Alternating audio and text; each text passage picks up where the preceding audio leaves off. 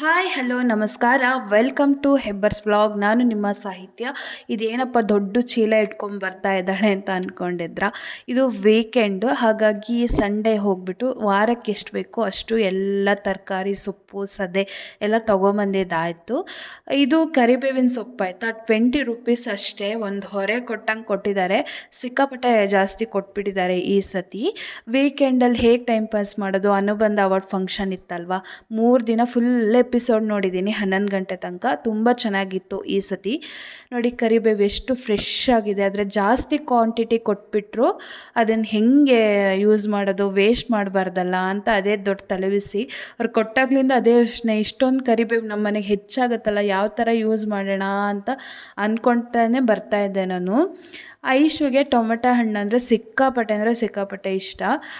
ಈ ಸತಿ ನೋಡಿದ್ಲಲ್ಲ ತರಕಾರಿ ಬ್ಯಾಗಲ್ಲಿ ಟೊಮೆಟೊ ಹಣ್ಣು ಇತ್ತಲ್ಲ, ಆಲ್ರೆಡಿ ಅರ್ಧ ತಿಂದಾಗಿತ್ತು. ಇನ್ನೂ ಅರ್ಧ ಬೇಕಮ್ಮ, ಇನ್ನೊಂದು ಬೇಕು ಅಂತ ಕೇಳೋದು. ಇನ್ಯಾಕೆ ಅಳಿಸೋದು ಪಾಪ ಅಂತ ಹೇಳಿಬಿಟ್ಟು ಸಾಗರ್ ಹತ್ರ ಹೇಳಿದೆ. ಅವ್ನು ಕಟ್ ಮಾಡಿ ಕೊಟ್ಟ. ನಾನು ಟೊಮೆಟೊ ಹಣ್ಣು ಕೊಟ್ಟಿದ್ದಕ್ಕೆ ನೋಡಿ ಎಷ್ಟು ಖುಷಿ, ವೇಷಗಳೆಲ್ಲ ಮಾಡೋಕ್ಕೆ ಸ್ಟಾರ್ಟ್ ಮಾಡಿದ್ಲು. ಅವಳು ಇದು ದಾಳಿಂಬೆ ಹಣ್ಣು ತಿಂದು ಹಲ್ಲಿನ ಕಲರೆಲ್ಲ ಚೇಂಜ್ ಆಗಿತ್ತು. 2 ಬಾಕ್ಸ್ ಫುಲ್ಲು ಕರಿಬೇವು ತುಂಬಿ ಹೋಗಿದೆ. ಇವಾಗ ಬೀನ್ಸ್ ಕ್ಲೀನ್ ಮಾಡೋಕ್ಕೆ ಕೂತಿದ್ದೀನಿ. ಎಲ್ಲ ತರಕಾರಿನೂ ಏನಾದರೂ ಕ್ಲೀನ್ ಮಾಡೋಕ್ಕೆಲ್ಲ ಇದ್ದರೆ ವೀಕೆಂಡಲ್ಲೇ ತಂದಿದ್ದ ದಿನವೇ ಮಾಡ್ಕೋತೀನಿ. ಬೀನ್ಸಲ್ಲಿ ಏನು ಗೊತ್ತಾ, ಕ್ಲೀನ್ ಮಾಡಿ ಇಡಲಿಲ್ಲ ಅಂದರೆ ವಾರ ಇಡೀ ನಾನು ಅದ್ರದ್ದು ಅಡುಗೆನೇ ಮಾಡಲ್ಲ. ಅಡುಗೆ ಮಾಡೋ ಟೈಮಲ್ಲಿ ಅಯ್ಯೋ ಇದನ್ನು ಯಾರು ಕ್ಲೀನ್ ಮಾಡ್ತಾರೆ, ನಾಳೆ ಮಾಡೋಣ ಅಂದ್ಕೊಂಡು ಅದು ಫುಲ್ ಬಾಡೋಗ್ಬೇಕು. ಅಲ್ಲಿ ತನಕ ನಾನು ಅದನ್ನು ಏನು ಅಡುಗೆನೇ ಮಾಡಲ್ಲ, ಹಾಗಾಗ್ಬಿಡುತ್ತೆ. ಹಾಗಾಗಿ ತಂದಿದ್ದ ದಿನವೇ ಕ್ಲೀನ್ ಮಾಡೋದು ಒಂದು ರೂಢಿ ಮಾಡ್ಕೊಂಡಿದ್ದೀನಿ. ಐಶು ಏನೋ ಆಟಾಡ್ತಾ ಇದ್ಲಾಯ್ತಾ, ಏನು ಆಟಾಡ್ತಿದ್ದಾಳೆ ಅಂತ ಯೋಚನೆ ಮಾಡ್ತಾಯಿದ್ದೆ. ಅದೆಲ್ಲ ತರಕಾರಿ ಆ ಪ್ಲೇಟಿಗೆ ಹಾಕೋದು, ಬೇಡ ಚಿನ್ನಿ ಕೊಡು ಅಂತ ನಾನು ವಾಪಸ್ ಇಸ್ಕೊಂಡ್ರೆ ಬೇರೆ ತರಕಾರಿ ಹಾಕೋದು. ಆಮೇಲೆ ಗೊತ್ತಾಯಿತು, ಇವತ್ತು ತರಕಾರಿ ತೊಗೋಬೇಕಾದ್ರೆ ತರಕಾರಿನ ತೂಕ ಮಾಡ್ತಾರಲ್ಲ, ಬೀನ್ಸ್ ಅರ್ಧ kg ಇದೆ, ಕ್ಯಾರೆಟ್ 1 kg ಇದೆ, ಮೂಲಂಗಿ ಅರ್ಧ kg, ಆ ಥರ ಅವಳು ತೂಕ ಮಾಡೋದು ಸೈಡಿಗಿಡೋದು, ತರಕಾರಿ ತೊಗೊಳೋದು ತೂಕ ಮಾಡೋದು ಸೈಡಿಗಿಡೋದು, ಆ ಆಟ. ಒಂದೇ ದಿನ ನೋಡಿದ್ದು ಎಷ್ಟು ಅಬ್ಸರ್ವ್ ಮಾಡ್ತಾಳೆ ನೋಡಿ. ಅವಳು ಆಡ್ಕೊಳ್ಳಿ ಅಂತ ಹೇಳಿ ನನ್ನ ಕೆಲಸನ ಮುಂದುವರಿಸ್ದೆ ನಾನು.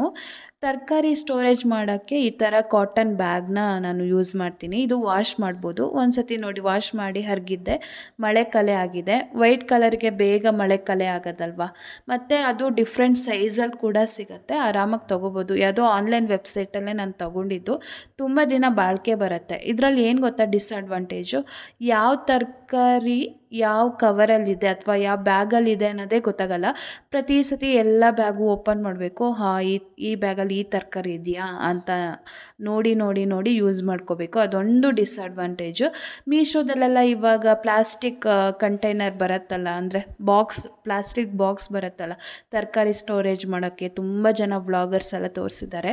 ಅದೇ ಬೆಸ್ಟ್ ಅಂತ ಅನಿಸುತ್ತೆ. ಯಾಕೆಂದರೆ ಟ್ರಾನ್ಸ್ಪರೆಂಟ್ ಇರುತ್ತಲ್ಲ, ಯಾವ ಬಾಕ್ಸಲ್ಲಿ ಯಾವ ತರಕಾರಿ ಅಂತ ಆರಾಮಾಗಿ ನೋಡ್ಕೋಬೋದೇನೋ. ನೋಡಬೇಕಿದು ಹಾಳಾದ್ಮೇಲೆ ಅದನ್ನು ಯೂಸ್ ಮಾಡೋಣ ಅಂತ ಅಂದ್ಕೊಂಡಿದ್ದೀನಿ. ತರಕಾರಿ ಸ್ಟ್ಯಾಂಡ್ ಕೂಡ ಇದೆ. ಅದರಲ್ಲೂ ಈರುಳ್ಳಿ, ತೆಂಗಿನಕಾಯಿ ಮತ್ತು ಶುಂಠಿ, ಬೆಳ್ಳುಳ್ಳಿ, ಬೀಟ್ರೋಟ್ ಆ ಥರದ್ದೆಲ್ಲ ಇಟ್ಕೋತೀನಿ. ಬ್ಯಾಗಲ್ಲಿ ನಾನು ಬೆಂಡೆಕಾಯಿ ಮಾತ್ರ ಇಟ್ಕೊಳ್ಳಲ್ಲ, 2 ದಿನಕ್ಕೆ ಬಾಡೋಗುತ್ತೆ. ಇದು ಬೀನ್ಸ್ ಕೂಡ ಅಷ್ಟೇ, 2 ದಿನಕ್ಕೆ ಬಾಡೋಗ್ಬಿಡುತ್ತೆ. ಆದರೆ ಜಾಸ್ತಿ ಕ್ವಾಂಟಿಟಿ ತಂದಿದ್ದೆ ಬೀನ್ಸು, ಹಾಗಾಗಿ ಈ ಸತಿ ಬ್ಯಾಗಲ್ಲಿ ಇಟ್ಟೆ, ಬೇಗ ಯೂಸ್ ಮಾಡಬೇಕು ಬೀನ್ಸು.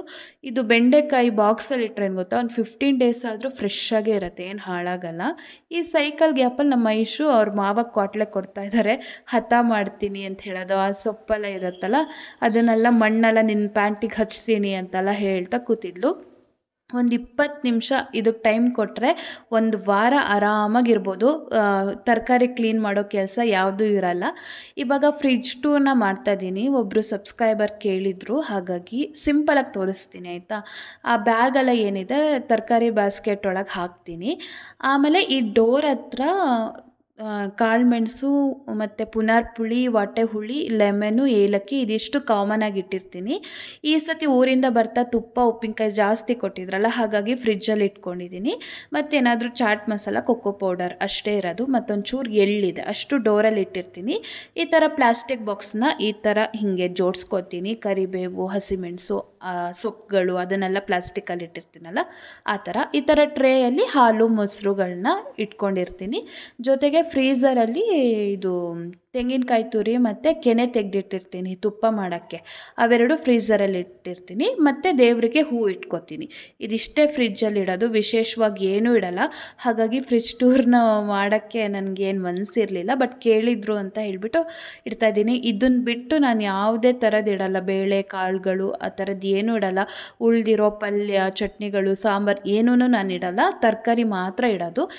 ಎಕ್ಸ್ಟ್ರಾ ಅಂದರೆ ಅಕ್ಕಿ ಹಿಟ್ಟು ಅಥವಾ ಅಕ್ಕಿ ಹಿಟ್ಟಂದರೆ ದೋಸೆ ಹಿಟ್ಟು ಮತ್ತು ಇದು ಇಡ್ಲಿ ಹಿಟ್ಟು, ಇದಿಷ್ಟೇ ಇಡೋದು. ಇಟ್ಟರೆ ಅದನ್ನು ಬಿಟ್ಟರೆ ಬೇರೆ ಏನೂ ಇಡಲ್ಲ. ಇವಾಗ ಕ್ಲೀನ್ ಮಾಡ್ಕೊತಾ ಇದ್ದೀನಿ. ನೆಕ್ಸ್ಟ್ ಡೇ ಸೋಮವಾರ ಹಸಿ ಕಸದವ್ರು ಬರ್ತಾರೆ, ಅದಕ್ಕೆ ಹಾಕಿಬಿಡ್ಬೇಕು. ಇದನ್ನೆಲ್ಲ ಏನು ಗೊತ್ತಾ, ಕಸಕ್ಕೆ ಹಾಕಲಿಲ್ಲ ಅಂದರೆ ಒಂದಿನ ಅದು ನುಸಿಗಳು ಜಾಸ್ತಿ ಆಗುತ್ತೆ, ಜಿರಳೆ ಕಾಟಗಳು ಮತ್ತು ಸ್ಮೆಲ್ ಕೂಡ ಬರುತ್ತೆ. ಹಾಗಾಗಿ ಹಸಿ ಕಸ ಮಾತ್ರ ಇಟ್ಕೊಳ್ಳೇಬಾರ್ದು. ಯಾವತ್ತು ಬರ್ತಾರೋ ಕಸದವರು ಅವ್ರಿಗೆ ಕೊಟ್ಬಿಡಬೇಕು. ಒಣ ಕಸ ಆದರೂ ಪರವಾಗಿಲ್ಲ, ಒಂದೆರಡು ದಿನ ಕೊಡಲಿಲ್ಲ ಅಂದರೂ ನಡೆಯುತ್ತೆ. ಬಟ್ ಹಸಿ ಕಸ ಹಂಗಾಗೋದೇ ಇಲ್ಲ, ನುಸಿ ಜಾಸ್ತಿ ಆಗಿಬಿಡತ್ತೆ. ಇದು ಬಿಳಿ ಸಾರು ಮಾಡಿದ್ದೆ ಆಯಿತಾ, ಇದನ್ನೇ ಉದ್ದ ಮಾಡ್ತಾಯಿದ್ದೀನಿ. 1 ಲೋಟ ನೀರು ಸ್ವಲ್ಪ ಉಪ್ಪು ಹಾಕಿ ನಿನ್ನೆ ಸಾರನ್ನೇ ಇವತ್ತು ತಿಂತಾಯಿದ್ದೀವಿ. ಯಾಕೆಂದರೆ ಇವಾಗ ಪಿರಿಯಡ್ಸ್ ಆಗಿದ್ದನ್ನ ಸಿಕ್ಕಾಪಟ್ಟೆ ಹೊಟ್ಟೆ ನೋವು ಬೆನ್ನು ನೋವು ಎಲ್ಲ ಇರುತ್ತೆ. ಹಾಗಾಗಿ ಅಡುಗೆ ಮಾಡೋಕ್ಕಾಗಲಿಲ್ಲ. ಬೆಳಗ್ಗೆಯಿಂದನೂ ನಾನು ಮಾಡಿಲ್ಲ. ನಿನ್ನೆ ಸಾಂಬಾರೇ ಇವತ್ತು ಮಧ್ಯಾಹ್ನನೂ ಇವತ್ತು ರಾತ್ರಿನೂ ಹಾಗೆ ತಿನ್ಕೊಂಬಿಟ್ಟಿದ್ದು. ಮನೆ ಕೆಲಸಕ್ಕಾದರೆ ನನ್ನ ಹಸ್ಬೆಂಡು ಮತ್ತು ನನ್ನ ತಮ್ಮ ಎಲ್ಲ ಹೆಲ್ಪ್ ಮಾಡಿದ್ರು, ವೀಕೆಂಡ್ ಅಲ್ಲ ಹಾಗಾಗಿ. ಈಗ ನೆಕ್ಸ್ಟ್ ಡೇ ನಾನು ವ್ಲಾಗ್ನ ಕಂಟಿನ್ಯೂ ಮಾಡ್ತಾಯಿದ್ದೀನಿ. ನಾನು ರಜಾ ಆದಾಗ ಅಥವಾ ಪಿರಿಯಡ್ಸ್ ಆದಾಗ ಹೊರಗೆ ಕೂರೋಕ್ಕಾಗಲ್ಲ ಆಯಿತಾ, ನಾನು ಒಬ್ಬಳೇ ಇರೋದಲ್ವ. ಹಾಗಾಗಿ ಎಲ್ಲ ಕೆಲಸನೂ ನಾನೇ ಮಾಡ್ಕೋಬೇಕು. ಬಟ್ಟೆ ಬರೆ ವಾರ್ಡ್ರೋಬ್ ಎಲ್ಲ ಮುಡ್ತೀನಿ, ರಜಾ ಆದಾಗಲೂ ಮುಡ್ತೀನಿ. ಏನೂ ಮಾಡೋಕ್ಕಾಗಲ್ಲ. ಒಂಥರ ಅರ್ಧಂಬರ್ಧ ಶಾಸ್ತ್ರ ಆಗುತ್ತೆ. ನಾವೇ ಶಾಸ್ತ್ರ ಮಾಡೋಕ್ಕಾಗಲ್ಲ, ಇನ್ನು ನಮ್ಮ ಮಕ್ಕಳಿಗೆ ಏನು ಹೇಳ್ಕೊಡ್ತೀವಿ ಅನ್ನೋದೇ ನನಗೆ ಚಿಂತೆ. ಮದುವೆಗಿಂತ ಮುಂಚೆ ಆದರೆ ಒಂಥರ ಸಪ್ರೇಟಾಗಿ ಮಲಗೋದು, ಚಾಪೆ ಮೇಲೆ ಮಲಗೋದು, ರಗ್ಗ ಬೆಡ್ಶೀಟ್ ಎಲ್ಲ ಕೊಡ್ತಾಯಿದ್ರು ಪಾಪ. ಅವಾಗೆಲ್ಲ ಗೋಣಿ ಚೀಲದಂತೆ ನಮಗೆಲ್ಲ ಚಾಪೆ ಇತ್ತು. ಆಮೇಲೆ ಸ್ನಾನಕ್ಕೆ ನೀರು ತೊಟ್ಕೊಡೋದು, ಊಟ ತಿಂಡಿ ಎಲ್ಲ ಕೈ ಕಾಲಿಗೆ ತಂದು ಕೊಡೋದು, ಆ ಥರ ಶಾಸ್ತ್ರ. ಯಾರನ್ನೂ ಮುಡ್ತಾ ಇರಲಿಲ್ಲ, ಮನೆ ಒಳಗೆ ಓಡಾಡ್ತಿರ್ಲಿಲ್ಲ. ಹಾಗೆ ಅದೇ ಚೆಂದ ಆಯಿತಾ. ಯಾಕೆಂದರೆ ಆರಾಮಾಗಿ 3 ದಿನ ಇರ್ಬೋದು, ಎಲ್ಲ ಅವರೇ ಮಾಡ್ತಾಯಿದ್ರು. ನಮ್ಮ ತಟ್ಟೆ ಲೋಟ ತೊಳ್ಕೊಂಡ್ರೆ ಆಯಿತು ಅಷ್ಟೇ. ಇವಾಗ ಹಾಗಲ್ಲ, ಹೊಟ್ಟೆ ನೋವು ಬರಲಿ ಏನೇ ಬರಲಿ ನಮ್ಮ ಕೆಲಸ ಮನೆ ಕೆಲಸ ಮಾಡಿಕೊಳ್ಳೇಬೇಕು. ರೆಸ್ಟ್ ಅಂತ ಸಿಗಲ್ಲ. ಶಾಸ್ತ್ರ ಮಾಡೋದೇ ಬೆಟರ್ ಅಂತ ನನಗೆ ಅನಿಸುತ್ತೆ. ಇವಾಗ ಪೇಟೆಗೆ ಬಂದಮೇಲೆ ಇವಾಗ ಐಶೂನ್ ಮಲಗಿಸಿ ನಾನು 1 ಅವರ್ ರೆಸ್ಟ್ ಎಲ್ಲ ಮಾಡಿಕೊಂಡು ಇವಾಗ ಬಟ್ಟೆ ರಾಶಿ ನೋಡ್ಬಿಟ್ಟು ಬಟ್ಟೆನೂ ಅತ್ಲಾಗ ಮರ್ಚೇ ಬಿಡೋಣ ಅಂತ ಕೂತೆ. ಐಶು ಈ ರೇಂಜಿಂಗ್ ಮಾಡೋದಾಯ್ತಾ. ಇಲ್ಲಾಂದರೆ ಈ ಬಟ್ಟೆ ಒಂದು ಕಡೆ ಚೇರಲ್ಲಿ ಹಾಕಿಬಿಟ್ರೆ ನಂದು ಸ್ನಾನದ ದಿನ ಮರ್ಚ್ಕೋಬೋದು, ಹಾಗೇನಿಲ್ಲ. ಆದರೆ ಬಿಡಲ್ಲ, ಇಡೀ ನೆಲಕ್ಕೆ ಹಾಕಿ ಉಜ್ಜುತ್ತಾಳೆ. ಸುಮ್ಮನೆ ಇನ್ನೊಂದು ಸತಿ ಮಣ್ಣೆಲ್ಲ ಆಗುತ್ತೆ. ಹಾಗಾಗಿ ನಾನು ಬಟ್ಟೆ ಮಡಿಸ್ತೀನಿ. ಏನು ಒಂದಕ್ಕೊಂದು ಶಾಸ್ತ್ರ ಇನ್ನೊಂದಕ್ಕೊಂದು ಶಾಸ್ತ್ರ, ನಾನೇ ಅಡುಗೆ ಮಾಡೋದಲ್ವ, ಹಾಗಾಗಿ ಮಾಡ್ಕೊಬಿಡ್ತೀನಿ. ಇವಾಗ ಸ್ನ್ಯಾಕ್ಸ್ ರೆಸಿಪಿ ಆ್ಯಕ್ಚುಲಿ ತೋರಿಸ್ತಾ ಇದ್ದೀನಿ ನಿಮ್ಮ ಜೊತೆ. ಕ್ಯಾರೆಟು, ಈರುಳ್ಳಿ, ಕರಿಬೇವು, ಕೊತ್ತಂಬರಿ ಸೊಪ್ಪನ್ನ ಹಾಕ್ಕೊಂಡಿದ್ದೀನಿ. ಎಷ್ಟು ಬೇಕಾದರೂ ಹಾಕ್ಕೋಬೋದು, ಜಾಸ್ತಿ ಹಾಕಿದಷ್ಟು ಒಳ್ಳೇದಲ್ವ. ಸ್ವಲ್ಪ ಜೀರಿಗೆ, ಸ್ವಲ್ಪ ಅಜ್ವೈನು. ಈ ಅಜ್ವೈನ್ ಮಾತ್ರ ಮಿಸ್ ಮಾಡಲೇಬೇಡಿ ಓಂಕಾಳು ಈ ರೆಸಿಪಿಗೆ. ಮಧ್ಯೆ ನಮ್ಮ ಐಶು ಕಾಟ್ಲೈನು ಕೊಡ್ತಾ ಇರ್ತಾಳೆ. ಸ್ವಲ್ಪ ಅರಿಶಿನ ಪುಡಿ ಹಾಗೆ ಸ್ವಲ್ಪ ಖಾರದ ಪುಡಿನ ಯೂಸ್ ಮಾಡಿದ್ದೀನಿ. ನಾನು ಇದಿಷ್ಟೇ ಯೂಸ್ ಮಾಡಿದ್ದೀನಿ. ನೀವು ಬೇಕಾದರೆ ಇನ್ನೂ ಜಾಸ್ತಿ ವೆಜಿಟೇಬಲ್ಸ್ನ ಹಾಕ್ಕೋಬೋದು, ಸ್ಪೈಸಸ್ನ ಹಾಕ್ಕೋಬೋದು, ಏನೂ ತೊಂದರೆ ಇಲ್ಲ. ಜೋಳ ಹಾಕ್ಕೋಬೋದು, ಕ್ಯಾಬೇಜ್ ಹಾಕ್ಕೋಬೋದು, ಆ ಥರ. ಇನ್ನು ಬೀಟ್ರೋಟ್ ಹಾಕ್ಕೋಬೋದು, ಯಾವ್ದಾರು ಕಾಳು ಕೂಡ ನೆನೆಸ್ಬಿಟ್ಟು ಹಾಕ್ಕೋಬೋದು, ಏನೂ ತೊಂದರೆ ಆಗೋಲ್ಲ. ಇವಾಗ ಇದ್ರ ಜೊತೆಗೆ ಕಡಲೆ ಹಿಟ್ಟನ್ನ ಹಾಕ್ತಾಯಿದ್ದೀನಿ. ಒಂದು 4 ಸ್ಪೂನಷ್ಟು ಕಡಲೆ ಹಿಟ್ಟನ್ನ ಹಾಕ್ತಾಯಿದ್ದೀನಿ. ಇದು ಆಮ್ಲೆಟ್ ಅಂತ ಹೇಳ್ತಾರಲ್ಲ, ವೆಜ್ ಆಮ್ಲೆಟ್ ಮಾಡ್ತೀನಿ ಅಂತ, ಅದು ಇದೇ ಥರ ಮಾಡೋದು. ವೆಜಿಟೇಬಲ್ಸ್ ಏನು ಹಾಕಲ್ಲ ಅನಿಸುತ್ತೆ. ನಂದೇ ಒಂದು ವರ್ಷನಲ್ಲಿ ಮಾಡ್ತಾಯಿದ್ದೀನಿ. 4 ಸ್ಪೂನು ಕಡಲೆ ಹಿಟ್ಟು ತೊಗೊಂಡ್ರೆ ಒಂದು 2-2.5 ಸ್ಪೂನು ಅಕ್ಕಿ ಹಿಟ್ಟನ್ನ ತೊಗೊಳ್ಳಿ. ಇಲ್ಲ ಬರೀ ಕಡಲೆ ಹಿಟ್ಟಲ್ಲೂ ಮಾಡ್ಕೋಬೋದು, ಏನೂ ತೊಂದರೆ ಇಲ್ಲ. ಇದು ಬೋಂಡಕ್ಕೆ ರೀಪ್ಲೇಸ್ಮೆಂಟ್ ಅಂತಲೇ ಹೇಳ್ಬೋದು.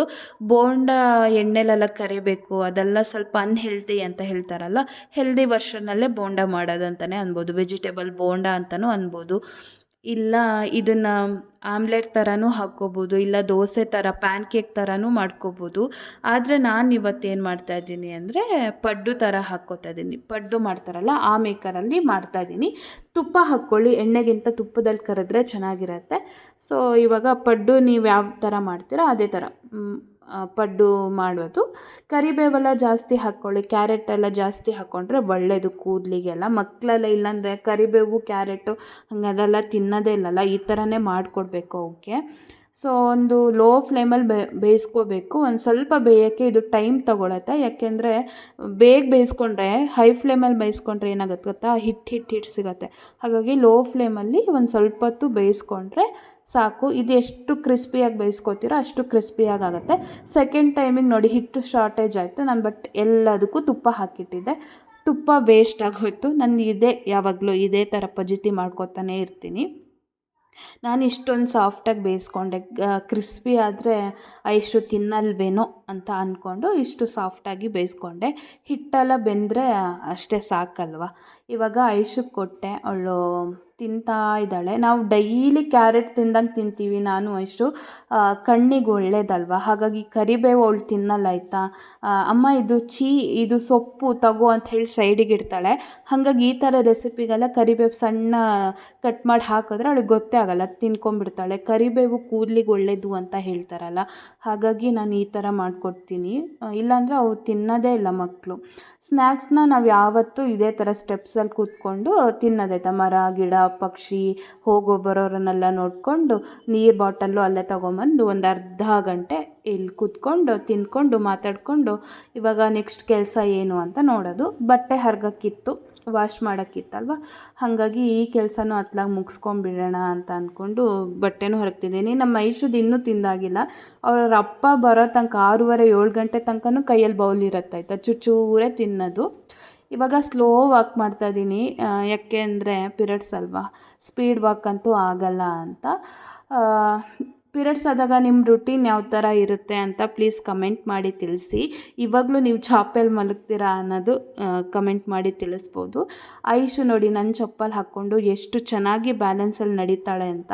ಅವಳಿಗೆ ಒಳ್ಳೆ ಹಡಗ್ತಾರೆ ಇದೆ ನನ್ನ ಚಪ್ಪಲ್ಲು, ಆದರೂ ಎಷ್ಟು ಚೆನ್ನಾಗಿ ಬ್ಯಾಲೆನ್ಸ್ ಮಾಡ್ಕೊಂಡು ನಡೀತಾಳೆ. ಹಾಗಾಗಿ ಇದೊಂದು ಕ್ಲಿಪ್ಪಿಂಗ್ನ ನಿಮ್ಮ ಜೊತೆ ಶೇರ್ ಮಾಡ್ತಾಯಿದ್ದೀನಿ.